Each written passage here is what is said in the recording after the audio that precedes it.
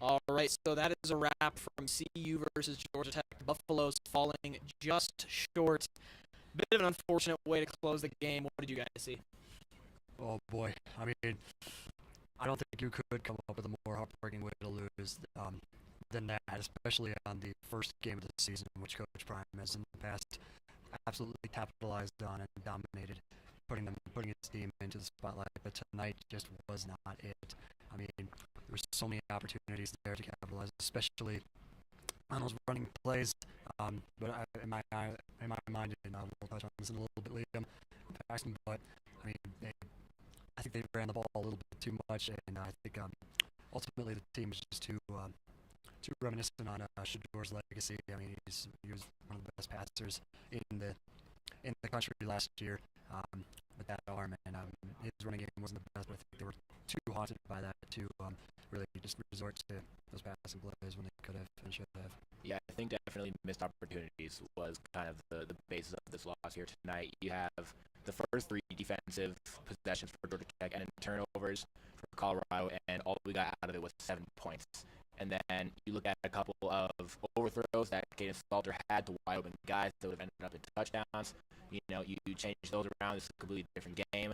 I think that it's just little things, just individual plays that had you have changed something just slightly differently, it would have swung the other way, and it could have ended in a Buffalo's victory. Yeah, it was a very close game. One guy that did perform overall very well, Caden Salter, in his debut game with the Buffaloes, the Liberty transfer, overall had a pretty solid game, and he looked good overall. But there were a few shortcomings. We were in the press conference, and Coach Prime said that he thought there were some situations where he should have ran, but he threw the ball instead, almost like he was trying to prove to the team that, hey, I'm a passing quarterback. You don't have to just use me to run the ball. He's like, we don't need him to prove that. We already know that he is a guy who can throw the ball well. But it's just they wanted him because he's a dual threat. What did you guys see from him, and what were some things that you might have wanted to improve on? What were some things that you liked? Yeah, I think that, tonight 17 for 28 with 159 yards passing and a touchdown. I think that it was a solid performance. It wasn't perfect by any means, but it's not like he went out there and wasn't playing well. Like, he put the Buffaloes in a position to win tonight. With his legs, certainly, I agree with Coach Prime that there were moments that he should have definitely ran with the ball and scrambled and gone past line of scrimmage and just make it happen with his legs. But at the same time, I also would have liked to see a little more passing plays drawn up for him. I think that tonight the Buffaloes leaned so heavily on the run, and the run worked for the most part, but there was just no urgency from the past game. There was no, true attempts to really get Salter to throw it downfield. There were only a couple of plays that I can think of that were true, like Salter's, throwing it more than 10 yards down the field. So I think that overall it was a solid performance from Salter, and I think that moving forward he can be a guy who can really go out there and win some games for the Buffaloes. But tonight I feel like we didn't quite get what exactly I wanted out of Salter as a passer. Absolutely. I mean, Paxton, you had a great point there, talking about his passing game and just passing it downfield, north south, if you will. But what we saw tonight, gentlemen, countless times, was just throwing east west. I mean, if you do that, you're not going to get any. You're not going to gain any yards, and Georgia Tech's defense just was all over that. They were just absolutely able to read those plays and just capitalize on them and make sure that Colorado did not get the chance that they were looking for there. And so I would like to have definitely seen Salter. I mean, just emulate. Don't be worried about Shador's struggles in recent years or in the past couple of years, because he did have his moments, obviously. And I think, like I said at the beginning, he harped on that a little bit, but don't be afraid to throw it downfield, especially if you've got men wide open. And occasionally Georgia Tech's defense was caught at big moments and wasn't able to capitalize to the extent that they should have, for sure. Yeah, you mentioned those just not being able to capitalize on good situations. It was obviously there was a few plays here and there. There was the missed touchdown to I believe it was Michael Welch, completely wide open at about the 5-yard line. No one in between him and the end zone. He missed that throw. That was crucial. And then of course, like, you look at how this offense operated in the first quarter after those turnovers were created by the defense, and they were able to get the ball back to their offense, which should have really been something that Colorado was able to capitalize on. We mentioned at one point in the broadcast that they probably should have been up 21-7. If they had gotten touchdowns off those turnovers, which they had good field position, they had momentum, fans were behind them. All of it was there for that to happen, but him leading this offense, that just wasn't really able to. But shifting gears, we mentioned the run game. Used a lot today. Used in a way that I don't know if everyone would agree with it. I think that it was I think it was questionable how they used the certain running backs, how they used Salter, when they used those guys. What did you guys think of the run game today? Obviously, I mean, it had its moments for sure. I mean, Caden is like he's been told multiple times by Coach Prime to use his legs, and overall it worked to their advantage. But I mean, when you use it back to back several times, the opposing defense is going to figure it out eventually, obviously. And I mean, Georgia Tech, I mean, with their running game, it's equally as explosive, if not better. I think it translated better tonight because our defense really struggled. But going back to that, I mean, the defense, our defense, I mean, they just folded. I mean, after those turnovers in the first quarter, I mean, Georgia Tech really got their momentum going, and they were able to score that first field goal. And later on in the second quarter, they got that touchdown, which gave them the first lead of the night, and a lead that they would ultimately hold for the rest of the night. All the while Colorado tied it a couple of times. So, Maxim, what are your thoughts on this, man? Yeah, I thought the run game overall was a success. I think that, 146 total yards that they amassed. It was distributed across Michael Welch with 64, Salter had 43, and then Simeon Price had 30. I was surprised to see Price get so many touches tonight. They had him in a lot. They had him subbing out Welch and getting Price in there. We talked about it a lot. Welch was obviously the best runner out there tonight for the Buffaloes. He was getting chunky yardage, 5.8 yards per carry he had tonight, and he's not a workhorse guy, but I kind of wish we saw him work a little bit more. I would have liked to see more touches from Welch. I felt like at times that Simeon Price was kind of robbing those reps from him almost. I know that this isn't I know that like a workhorse guy isn't what Coach Prime has for this run game, but I think that Welch was like a standout back tonight amongst this running back room. And so him and Salter, I think that the two of them can really kind of be a duo between them moving forward. But overall, I think tonight there were a couple missed opportunities. We talked about it with the whole question about who's coming in, who's getting those touches. But I think overall, as a whole, I mean, obviously the run game tonight way better than it had been really at any point last season. Yeah, I think that the run game impressed me. The run game was very impressive. My biggest, like you obviously mentioned that Welch wasn't used, more as much as he probably should have been. You've also, of course, got the fact that you got like Down Hayden coming back soon from his injury, which then you have to, deal with the question of who do you sub out, who do you give less touches out of that group. But yeah, I think that it was maybe used well. They performed well, but I think it wasn't used necessarily in the right situations tonight. And it could have overall been used better. But next up is we mentioned this a little bit with Salter talking about his performance, but let's shift to the offense as a whole in that first quarter, failing to capitalize on those turnovers. I mean, those turnovers were monumental. When those happened, we had the obviously two fumble recoveries by Martavius French. We get the interception, and the place is on their feet. The crowd is behind this team. The energy is there. The momentum is there. Yet we got 7 points out of that, and I feel like that ultimately became a letdown in and of itself. Even though we were playing good defense and the game was close, it became a letdown that we didn't capitalize on that. But what do you guys think? What did you see from the offense during that series of the game? I feel like there was maybe a sense of complacency during that first quarter when we kept getting those takeaways from the defense. Obviously, the first one, it worked out perfectly. We were set up right away on in opposing territory. Caden Salter made it happen through that pass to Taylor for the touchdown.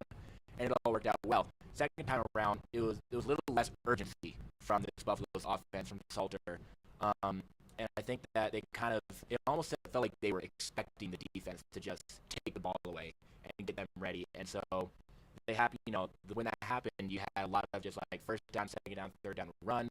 You had passes just along the line of scrimmage. There wasn't a lot of like, okay, let's go get this opportunity. It was a lot of, okay, we got the ball. Now it's like, okay, we kind of just like have it instead of like, okay, let's turn this turnover into points. Absolutely. I mean, great point there, Paxton, when you talk about just capitalizing on those plays. And I want to touch on something here. I mean, the game started off on such an incredible foot, so high energy. Like you said, the urgency was there first off. Yeah, but when you start off too strong like that, super explosive, it is really hard to a lot of times just hold that momentum throughout the entire game. And then obviously that did not occur in the following quarters. And I mean, it was really just the first 5 minutes that could have and should have been monumental for Colorado. And Salter was not able to get the ball past the line of scrimmage on those the following two fumble recoveries after they scored that first touchdown, which was a serious letdown for Colorado fans and the team as a whole. But moving forward, I definitely think this will serve as a lesson. Obviously, you want to, if you come out strong, if you just, when you come out, just having that energy, having that strong mentality that you are coming into this to win this. It's the first game of the season. You can't let that get the best of you. You've got to keep in mind that you will be playing. You're going to be playing for a full 60 minutes plus, even if regulation expires and you need to go into overtime. So just keeping that mentality alive and as a whole, just playing the game. Do not let the first 5 minutes get into your head because it can all change. Yeah, and that was obviously a crucial turning point. You look at the end of the game and you're like, okay, they convert touchdowns on those two opportunities, and this is a completely different ball game. But that wasn't the case, and but they're still in that situation. You're trailing a touchdown, and we see them with 2 timeouts in their pocket, 1 minute and 7 seconds left on the clock for this last drive, and they've really, they've been conservative with these timeouts throughout the second half. Yet, when the time expires, it's Kaidon Salter throwing a 60-yard bomb from the 40-yard line that is like trying to end the game. That's your last hope, and both of those timeouts are still in the pocket of this coaching staff, and so it certainly raises the question: could they have used those better? And if so, when would you have used them? Would you have used them on the last drive? Would you have used them a little earlier in the second half? Do you think it really did matter that they ended this game with those in their pocket? I don't know if there are particular moments that I would have said call it timeout here, because in that last minute, it kind of just disappeared. I mean, I felt like, to me, up here in the booth, it was like suddenly, oh, wow, there were 18 seconds left on this clock after that Salter run where he took it all the way to the sideline to try to stop the clock. I guess that's a moment where, like, certainly, like, Salter, like, get down, like, call the timeout, and then, that's another 5, 6, 7 seconds. That's a whole 1, maybe 2 plays that we can, work with here. That instead Salter just took it out to the sideline, and, now we have 18 seconds left. Certainly, I don't know if the coaching staff felt that way when they're like, oh, crap, like, 18 seconds, where did the time go? Coach Prime in his post-game presser didn't really, he kind of dismissed the idea of, like, oh, the game ended with 2 seconds left, or 2 timeouts left, excuse me. He wasn't like, yeah, that was a coaching blunder, which I thought it was personally. I thought that between the coaching staff not drawing out the right plays that they needed in that moment to get chunk yards to make up all of that ground in only a minute, and then sitting on those 2 timeouts just expecting guys to get out of bounds, I think that it was just frankly a disaster of a final drive that could have been much, much better. I just want to say, too, as the director, because I know neither of you guys, I may not care and remembers this, but I've been covering the team, too, as the director, and I remember when we were in the Pac-12, and Caleb Williams and USC came to town, and it was a 1 p.m. game. We could have won. We could have upset number 19, Caleb Williams, the reigning Heisman winner, the consensus number one overall pick in the country, and we finished that game with 2 timeouts. And it happened because Shooter threw a check down to Travis Hunter, which is fine. The clock was running. All right, you take the timeout, maybe throw another check down, timeout, then you throw your London bomb. Nope, he just let the clock roll, and they kept rolling. And everyone in the student section, go watch if you can sneak a video and find a video of the student section, everyone is making the timeout signal with their hands, and every person in the student section was right. They needed to take the timeout. I don't understand as a coach. I'm not a football coach. I'll never will be. But what are you saving the timeout for? You can't bring it to the next game. I know a lot of teams like to play tempo offense, but when you're staring at 40 seconds left in the game, that's not enough. You can, because then as a quarterback, once the play snaps, you completely forget what the time is. And some quarterbacks they say they don't, but you saw the way Caden Salter was scrambling to his left, trying to make something happen with 30 seconds left, and all it did was just kill time for 5 yards. So I don't know. I kind of was thinking in that moment. I think back when I was right over there in that white part of the student section, making that timeout signal in my hands, and being up here 2 years later, and it's still an issue. I just don't understand the clock management. That clock management is probably the reason why we've lost 3-4 games alone that I can think of in Coach Prime era. And I just want to see more accountability to that. Yeah, Nick, you put that perfectly. Coach Prime, everyone knows he's him, but he's not able to own up to his coaching mistakes. Sometimes he does, but it's actually very rare that we see that. But tonight was one of those nights where he definitely could have. This is something that you said, like you said, it's been an issue in the past, and it's come up again tonight. And had they used those 2 timeouts, the end result would have been quite different. Players obviously booked it out of bounds so that they wouldn't have to use those timeouts. But you've still got those timeouts in the final minute. I would definitely use them, and maybe it would have had some more effective plays of moving the ball downfield rather than just trying to get out of bounds and stop the clock immediately. Yeah, and I think that as a coach with a guy like Caden, he's an experienced guy. He knows what he's doing for the most part, but it's still a high leverage situation. This is the highest leverage situation he's been in. This is his first game at the Power 4 level, and and playing at a Power 4 stadium. This is a big atmosphere. This is his debut with the new team. He just won a difficult quarterback battle that lasted through training camp. This guy's out there trying to make plays. He's out there trying to earn this spot. You got to communicate to him before this drive starts. Hey, we have 2 timeouts. We are ready to use them. And the only other timeout they used in the second half was to fix a punt formation. It didn't even really help them clockwise in the long term. And so, you look at that and it's even if you used the timeout the drive before, or when the defense, or when your defense was on the field, that still saves you so much time for that last drive. And yeah, if you communicate to Salter that, hey, we have 2 timeouts. If you find yourself needing to run the ball, do it. We'll use the timeout. Suddenly, that changes from throwing a 60-yard bomb from the 40-yard line to suddenly you're in field goal range, and now you've just got to make a play or 2 to get into the end zone, and it's a lot more manageable. With that said, the coaching struggles were certainly there. I think there was chemistry issues across the board. But the defense that was so strong to start the game looked like the number 1 strength of this team in this game. Turned out to be their biggest weakness by the second half. The second half came along. The defense gave up over 400 yards in total offense today, and it was it was sort of an onslaught. And we saw the issues with stopping the read option, stopping RPOs, stopping play action. Anything that they ran where we were getting a play fake from Haynes King, it seemed there was no adjustment made.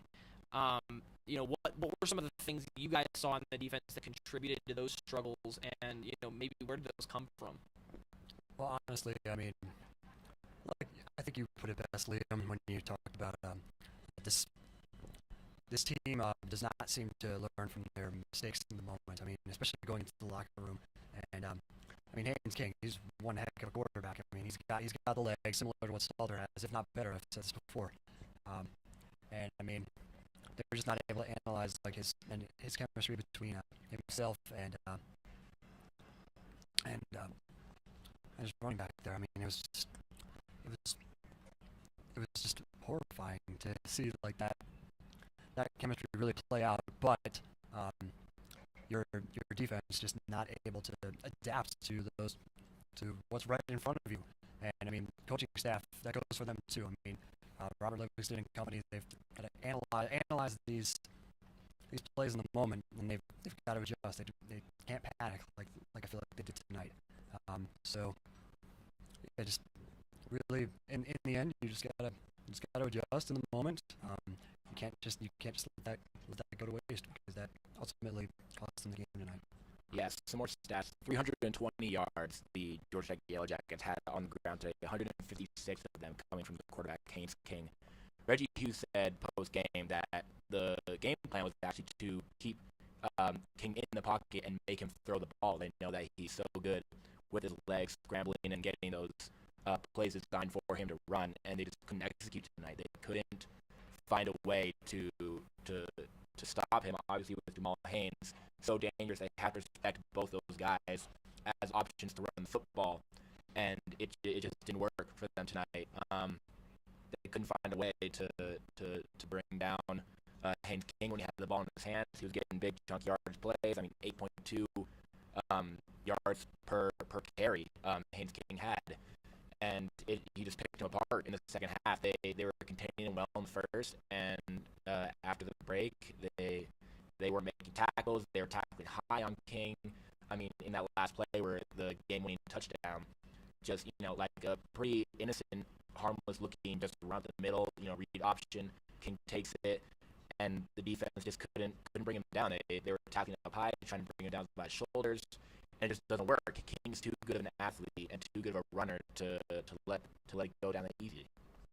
Yeah, I think that the later we got into the game, the more of a problem that started to become. And I think that because Coach Prime mentioned timing as a major issue in the press conference, and I think that is very much the case with the timing of the offense, syncing up with the defense. Early in the game, defense is operating at a high level, generating turnovers, but that's when the offense wasn't clicking. We weren't getting the production out of the offense you would have wanted, and nothing was working well for them, and so ultimately those turnovers didn't really contribute to anything. But then there was the later in the game when the defense had been out on the field for a long time because of the offensive struggles. They'd spent a lot of time on the field. They're getting tired, and so ultimately you don't get the same type of production out of them that you had early on, but that's when the offense started clicking. That's when we finally started seeing good stuff out of the offense, and so those things didn't align, and the fact that they never did align at any point during this game, I think really prevented any momentum from staying, because you can generate momentum on one side of the ball, but if the other side comes out and kills that momentum every time, that momentum it's gone, and it's not coming back, and you've got to generate it all over again. So next week, they're hoping to improve that. They got Delaware back here. That'll be Delaware's first game against an FBS opponent as an FBS opponent. So, a little bit of history made right there. What are your guys' expectations from that game, and what do you need to see from that game to bounce back from this loss? I think definitely kind of a get-back game here for the Buffaloes. Delaware opponent they should beat and should beat pretty easily. I think it'll be kind of a game for Kaidon Salter to get his footing in a game where against an opponent that is not, out here and favored to beat him. I think that, we've seen Colorado play these kind of lower level teams before. It hasn't always been the most pretty, but they've gotten the wins. I think it's a lot about just kind of establishing what this team is and what the best parts of this team is. We look at that run game. Hopefully, Dallin Hayden will be back. Fit him into the run game. And who's going to be the leader of this run game? How are we going to make it work between all these guys with Salter? Like, what is going to be our identity as a run unit? I want to see Caden Salter throw the ball more. I want to see, guys like Omarion and Draylon Miller get more involved. They were kind of nowhere tonight. So I think Delaware is just kind of that game to figure it out. I expect them to beat Delaware, obviously, and just kind of figuring out, like, what is this team? What can we rely on? Who are the guys who we know are going to be our guys in this offense going forward that can go out there and make big plays and win games for us against better teams?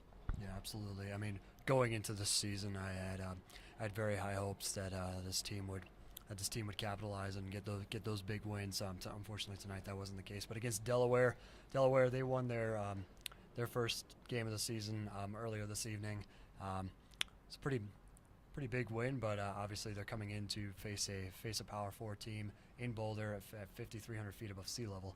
So we'll see what happens there. But I mean, Paxton, you really hit on all the points that I was going to touch on. I mean, I want to see our run game improve, and hopefully Welch did a tremendous job tonight. Hopefully we can see some more action from him, just against a team that is a little bit lower level than quite a bit of a lower level step down from Georgia Tech here tonight. But overall, I want to see the Millers, not brothers, by the way, but I want to be able to call their names more often for sure. Just see them have some action down on the field coming into this matchup. And like you said, Paxton and Liam, I think you touched on this a little bit too. This is going to be an opportunity for this team to really find out who they are and what their identity is, and what their best playing style is. Because I really didn't feel like they figured that out tonight. But with this lower level opponent coming in, their first FBS game as an FBS team, hopefully Colorado can use this as an opportunity to really find out who they are and what they're going to do for the rest of the season. Yeah, they should win this game handily, and this should really be a tune-up game for what's to come. I need to see out of them, when they get opportunities, because this is a team that I feel like is going to give them opportunities, and if not, they're going to create their own opportunities.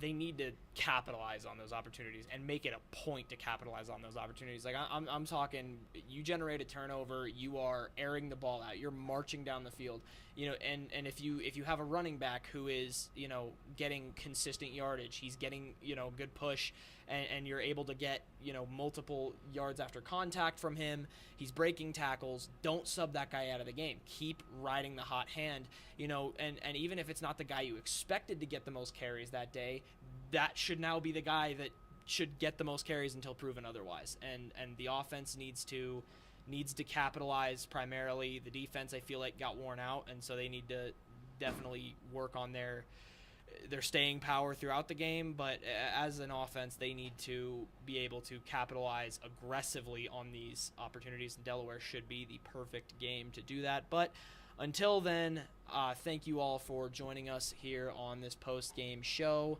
We will see you next week for that game right back here at Folsom Field. You heard it here first.